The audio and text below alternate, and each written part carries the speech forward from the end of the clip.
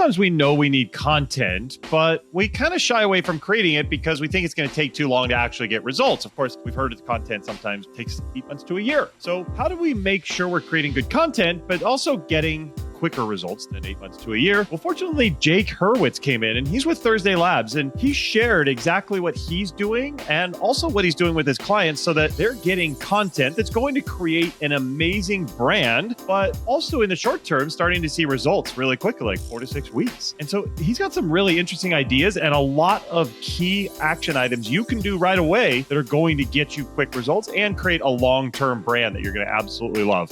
Check this one out. Welcome to Scale Your SaaS, the podcast that gives you proven techniques and formulas for boosting your revenue and achieving your dream exit. Brought to you by a guy who's done just that multiple times. Here is your host, Matt Wolach. And welcome to Scale Your SaaS. Really excited to have you here. Thank you very much for joining. By the way, if you are new, definitely subscribe to this show. We are going to give you all sorts of insight and ways to grow your company, including talking with some of the best people within the SaaS and business world. So definitely hit that subscribe button, and we look forward to seeing you every single time. I am jacked about today's episode. I have Jake Hurwitz with me. Jake, how you doing? Good. How you doing? I'm doing great. It's been a good day so far, a great week, but I'm excited to chat with you. So let me make sure everybody knows who you are, Jake. So Jake is the founder and chief marketing officer at Thursday Labs.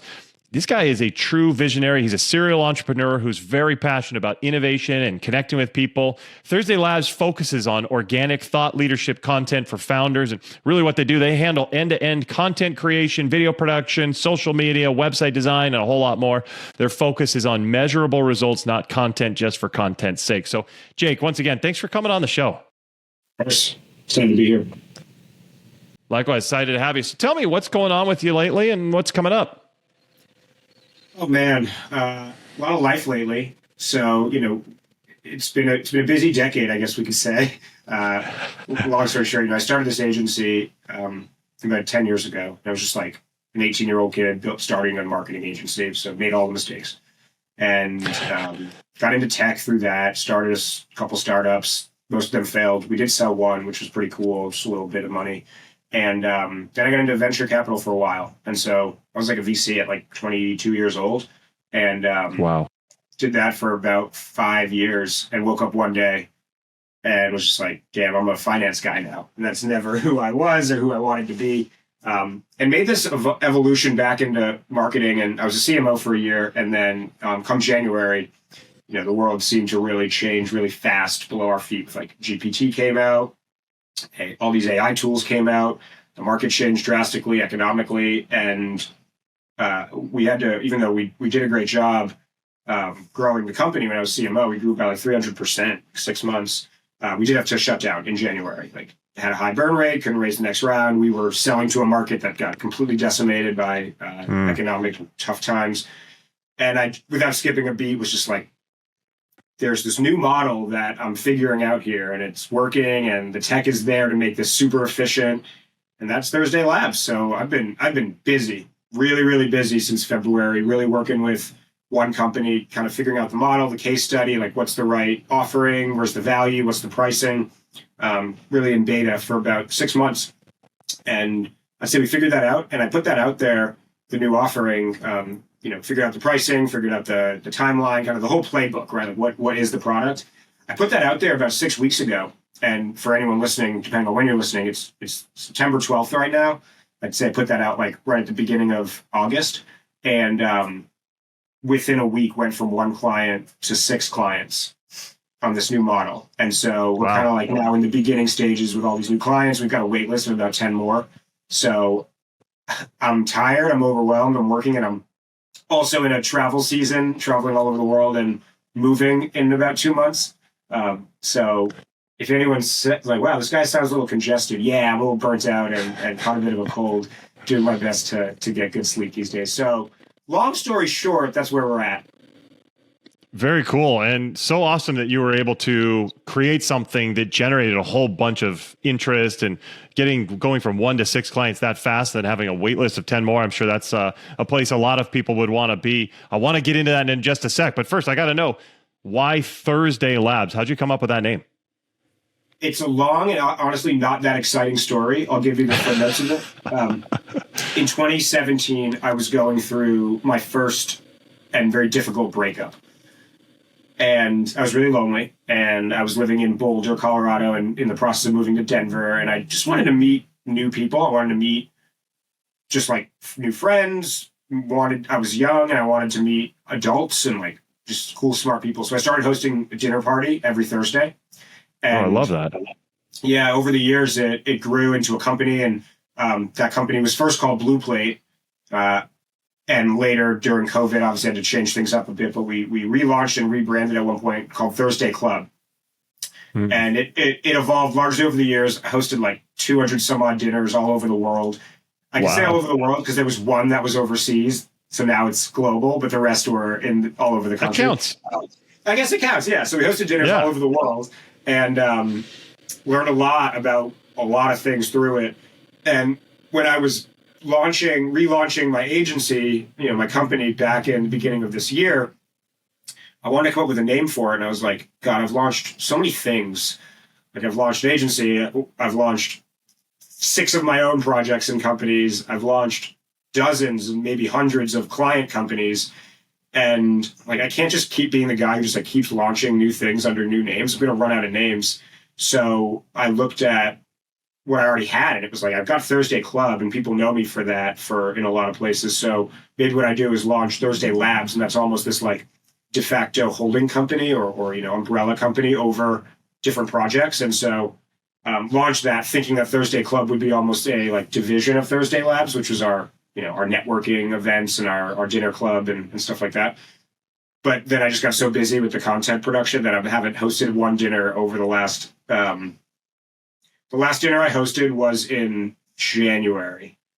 And yes, it's been almost, 9 months now, something like that. And just ran with the name. And it's been like an easy name to remember. People know how to spell it. It creates a lot of optionality for fun branding stuff. We can do like Thursday Labs, Thursday Studio, Thursday Ventures, Thursday Club, all kinds of stuff. So that's the backstory. And Thursday is the best day of the week. It's like you're almost the weekend, but you're still grinding on stuff. You can like start to go out and do things. And it does have a bit of a soft spot for me on just like what Thursday is always represented in my life. I love that idea of the whole, coming up with a way for people to get together to host that dinner party. Good for you for doing that. It reminds me, my wife and I host something called Friday Night Meatballs. And the idea was, let's connect offline instead of online. And so we would invite people from different parts of our life to come together, and we'd have probably like 20 people over our house. We'd make up a whole bunch of meatballs. I would basically make 60 meatballs and make up just a whole bunch of spaghetti and meatballs and total casual. We're not going to clean the house, just come over and hang out. And people loved it. It became a thing. We do it about quarterly now. And it's amazing how much people want that interaction, because we do have that online interaction a lot, but they also feel like they need the offline. So it's been really fun. I'm glad you did that, and just kind of reminded me of my own story. But I do want to know, we still have to have that online interaction, especially in a B2B SaaS environment. So content marketing is one of your passions. It's something you're really good at. But why is content marketing so important to B2B SaaS companies? Yeah, I mean, there's been this trend for, I don't know, let's really target it like 3 years now. But it has been around forever, of like people trust people more than they trust brands. There are literally like teenagers and people in their early 20s who have more followers and subscribers than the largest media companies in the world. That's wild. And there's been this trend for, I want to call it, I mean, it's been around forever, but really been a trend in the startup world and the tech world for about 3 years, maybe 4 years, of like people trust people more than they trust brands. There literally are teenagers and kids in their early 20s who have more followers and subscribers than the biggest media companies in the world, the biggest publications in the world. And these are people that they're so freaking loyal. I mean, look at celebrities, like anything they do or say or tell us to buy, we do it. And so we're entering this era, we've been in this era for a bit, where founders, entrepreneurs are the new rock stars. But yet the B2B founders are not putting out much thought leadership content, and the ones who are doing it are crushing it. They're doing it really well. It's founder-led growth. They're really that is their number one catalyst for growth for their companies. Because at the end of the day, like, do we really care about another B2B SaaS company? Like, do we really care about another tech company trying to save us revenue or make us some money or save us time? Like, they're all doing the same thing, talking to their own people in their own way. No one understands what they do. But yet the people behind them are like, that's who we want to be a part of. Their story is the story we want to live. And so I've gone all in on that strategy. It's worked. I love it. And it's quite frankly had a massive impact on my life as well over the years in so many ways. Yeah, and I totally believe in that. You're so right. People want to buy from people. It's something I train my clients all the time, and people need to connect with those people. And I mean, it's crazy. You're right. Teenagers having bigger brands, quote unquote, than big brands. And it's kind of nuts, but it's so true. And that's just kind of the day and age we live in.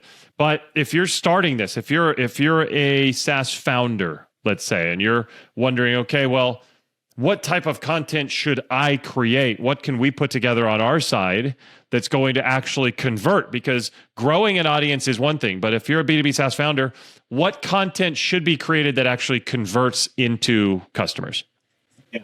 So I'm not going to just hard sell and pitch my company right now, but that's exactly what we focus on. So there's a bit of a story I'll share here.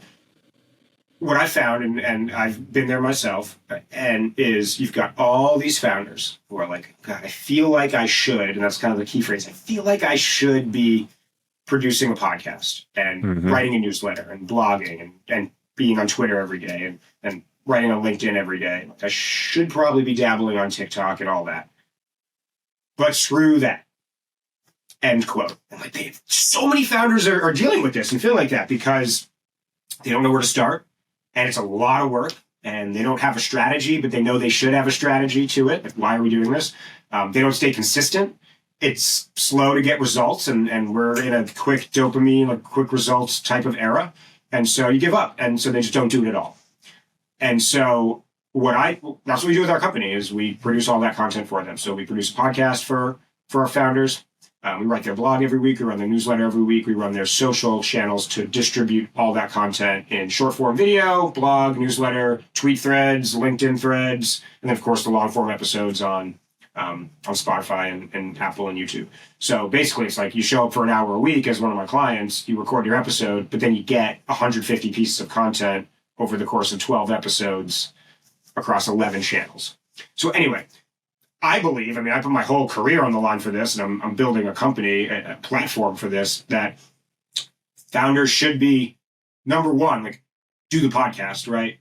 Be a thought leader and ask great questions and like build your network through interviewing and all that, but then use that content to distribute it everywhere in many, many formats. And, it's the Gary Vaynerchuk model. Like, we've all heard this for years of like, yeah, you can take one 45-minute episode and then write a blog about it and like pull out the clips. That was always very manual. Now there are tons and tons and tons of tools, whether they're AI or not, that can just do this really quickly and automatically. For reference, in the end of 2022 and early 2023, it was a full-time job for me to create all this content and distribute it everywhere for one company. And then all these new tools came out, and now I can handle like 7 or 8 at a time. And it's just continuing to get faster and faster. So it's like, do it, have a strategy in mind, make sure it is rooted in something, it's rooted in data. There's a why behind each piece of content you're putting out and where you're putting it and what message you're spreading. But I think founders need to be everywhere in all formats every single day. And I take that to the grave. We'll be right back. Scale Your SaaS is supported by ToroWave. Lots of software leaders I talk to are looking to scale their SaaS. And I keep hearing over and over about one major struggle: getting ghosted by buyers after the demo. How frustrating is it when you have a great demo, you're feeling good, they like it, it seems like a done deal, and then crickets, nothing. You reach out, they're not responding to you at all. And when these software companies, they ask me to dive in, I notice that these sellers are following up the wrong way, or actually I should say with the wrong medium. What they're doing is they're hammering emails over and over again. I got a news flash for you. Email effectiveness is dwindling down and down every year. So why beat your head against the wall losing all kinds of business? Start texting, mix in texts along with emails and calls, and watch your conversion rates go up. In fact, fact, conversion rates go up by about 50% when you use texting as part of the follow-up. People are used to it. And did you know the response rate on texts is 98%? 98%. So why throw emails into a black hole knowing that they're never going to get returned? Text buyers and get results. But don't use your own phone. All kinds of security and compliance issues if you do. Also, none of that data is with your company. That's not good. Instead, use this system, ToroWave. ToroWave is designed for sales. It makes texting with buyers super simple and fast, and it helps drive more deals. Deals that you've been losing until now. For being a listener, you get 50% off your first month of using ToroWave. 50% off. Just go to torowave.com/scale. That's TOROWAVE.com/scale. Get signed up and start winning more deals like Tracy, who closed $170,000 in 3 days after starting. Again, go to torowave.com/scale. Catch up and win by texting with ToroWave. And we're back. I totally agree. I have people come to me and they're like, hey, we've done this content. It's just not working. I take a look at what they've got and their last blog post was like 7 weeks ago. And I'm like, okay, you're not committed to a content strategy. You need to be daily out there in front of everybody. And it's just crazy the types of results you can get when you do stay consistent with it. Yeah. And I think that that's something that a lot of leaders struggle with is, okay, well, we know we want content. It'd be great to have that. And that's nice, but they feel like it's a long-term strategy. Like it's going to take a long time to get results. And so what would you say to them when they think, okay, it's going to be a long time? And so what happens is they just keep delaying and delaying and they don't do it. They don't do it. They look at short-term lead generation. Yeah. But can't this actually get you some short-term results? Yes, but it is a long-term play. And I'm not afraid of knowing, but yeah, that you're right. It is long-term. It's the same as dieting or exercising. Here's what I say, and this is 100% true with every one of my clients. We're going to get results. I'm never going to promise or guarantee what those results are, but I guarantee that we're going to get some awesome results, and many of which we can't even begin to think about what those are right now. For example, I had a client that after we put out their first podcast episode, which was on a Thursday, and they're based in New York, he went out on Saturday night with a couple people on his team and a few friends in New York City. So 2 days later, and one of the bouncers at a nice club that he wanted to get into was like, hey man, I saw your podcast the other day. Come here, skip the VIP line. Like that's a pretty cool result of content, right? That's wild. And that's just one of the things that came out of it. Of course, revenue growth, they doubled their user base over the last 6 months. All of that has been largely credited to content, but not 100% due to it. It's the same as dieting or exercising. Hey, look, anybody, would you agree or disagree on the following statement? If you ate super healthy and worked out 5 days a week with a personal trainer for 4 months, is your life going to be better or worse in 4 months? It's like, oh, it'll be better. How's it going to be better? You're going to look better. You're going to feel better. You're going to have more confidence. You're going to sleep better. You'll probably make more money. You might get a date. You might have a better sex life with your spouse. You might feel more energy with your kids. There's so many ways that your life is better, but it's not going to happen overnight. You got to commit to it. But how do you commit to it? Well, you join a community of other people that are on the same path. You get a trainer. You get someone who looks at you and studies you and has the science and creates a strategy and a playbook and holds you accountable. I'm like that guy, but on the content front. I hold people accountable. I can just show up an hour a week. It's way easier than working out or going to the gym. You should do that too. That's how I look at it. But I do understand that short-term wins and short-term results are necessary in just 2023 and the way humans are and the world we live in. And so we bake that into our model. By the end of the first week, you're going to already have asked 4 people to be on your podcast. By the end of our second week, you're going to already have your website up and all your new social media pages up where the podcast is going to go. And you can start sharing that with people to build your wait list. By the end of the third week, you're going to have already recorded your first 2 episodes. And by the end of 4th week, we've already posted your first episode. So like very short-term wins that otherwise you just sat on for 3 years and didn't do anything. You just already are making progress really fast. And you get the feeling of progress. And you are making progress, but that's our model.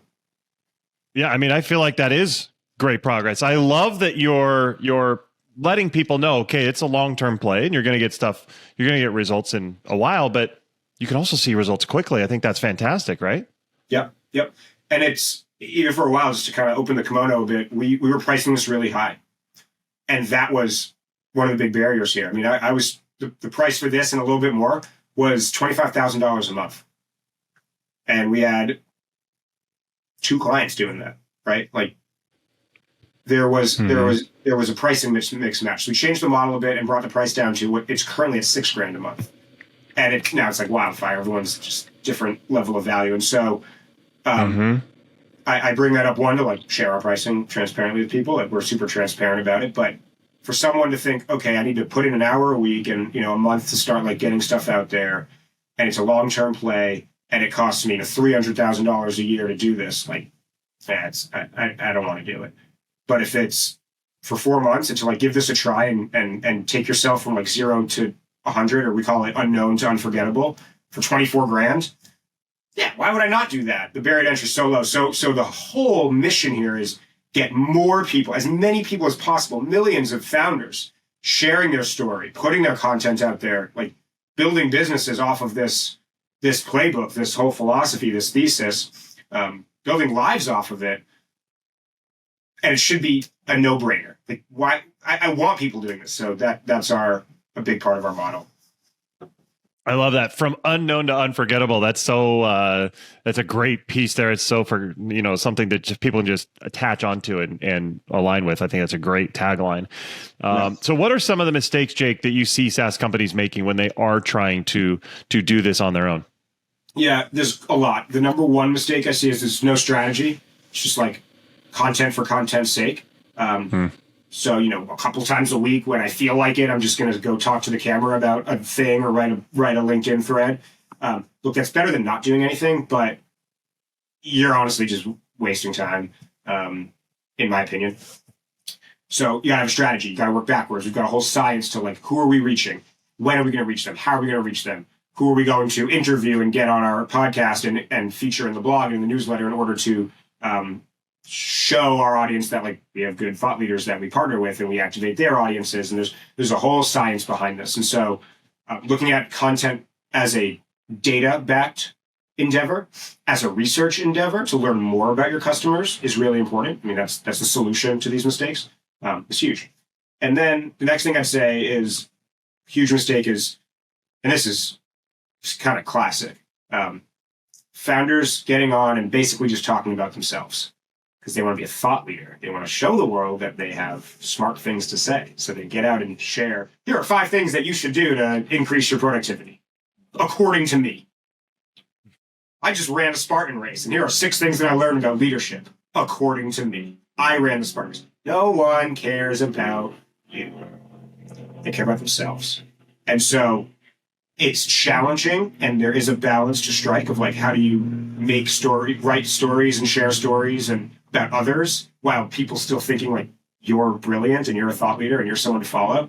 A really good example is from this book, Story Wars. And I recommend every founder, every marketer read that book. And the example is, it was George Bush running against John Kerry in early 2000s. John Kerry was all about himself. George Bush was all about America. And for anyone who was alive and able to understand that at the time will probably remember, like, oh yeah, he was just like, I'm this guy, I'm this Democrat, I'm this hockey player, I'm this guy that will like solve your problems. But then George Bush came out, it's like, this is about America, this is about us, this is about you, it's about we. And he won. There were a lot of reasons for that, and not necessarily bring politics into this, but like from a storytelling standpoint, it's not about you, it's about the audience. And so being a thought leader, I think, is largely about being a publisher and a curator and a distiller, for lack of a better word, of taking lots of things from other people and simplifying it down for your audience and being the one to spread a message and a story from many different places. And we've got a strategy around that as well. We never put out podcasts with our clients that are just like about our company or about our product. It's testimonials. Then it's ads, and people hate that. It's so true. And it's something that I preach to my clients over and over. They don't care about you. They care about themselves. They care about the results they're going to get. And so if you're doing that, definitely stop. Follow Jake's advice here. I think it's really important. And I totally agree. Those stories are crazy powerful. And one of the things also that I see that why people see you as a leader see you as a thought leader, see you as, one of the subject matter experts, even if you don't really talk about yourself, because on these shows, if you get, like you said, you go have a target list of guests that you have on your show and you have somebody that is recognized as a thought leader, well, then when you put that out, people see you on the same level as them. If you're interviewing them, then they feel like you're on the same level and they start associating you at that level. And it's pretty amazing. I've had it happen myself. I've had big time people come on this show as well, and people see you as that. It's pretty cool. And so I totally agree, Jake. 100%. It's a hack. Starting a new brand and you want to like quickly get to that echelon of trust in the network or within the community or the market that you're in. That's really the best way to put it. We'll just go build a table, a metaphoric table, and get the people who are already trusted to come to your table, and you're at the table with them. Now it's a shared table. You're at that level and you can be there in 60 days.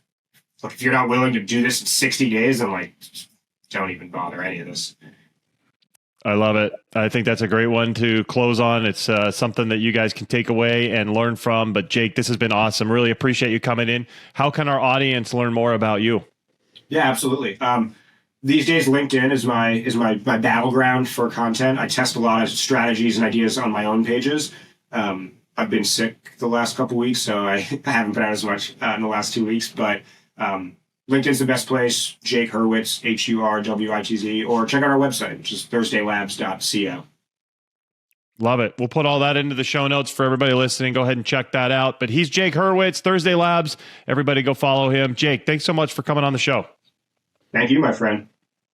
Absolutely. And everybody out there, thanks for being here. Definitely make sure that you subscribe. You do not want to miss other amazing creators and innovators like Jake coming up. So hit that subscribe button, and then we will see you guys next time. Take care. Thanks for listening to Scale Your SaaS. For more help on finding great leads and closing more deals, go to mattwolach.com.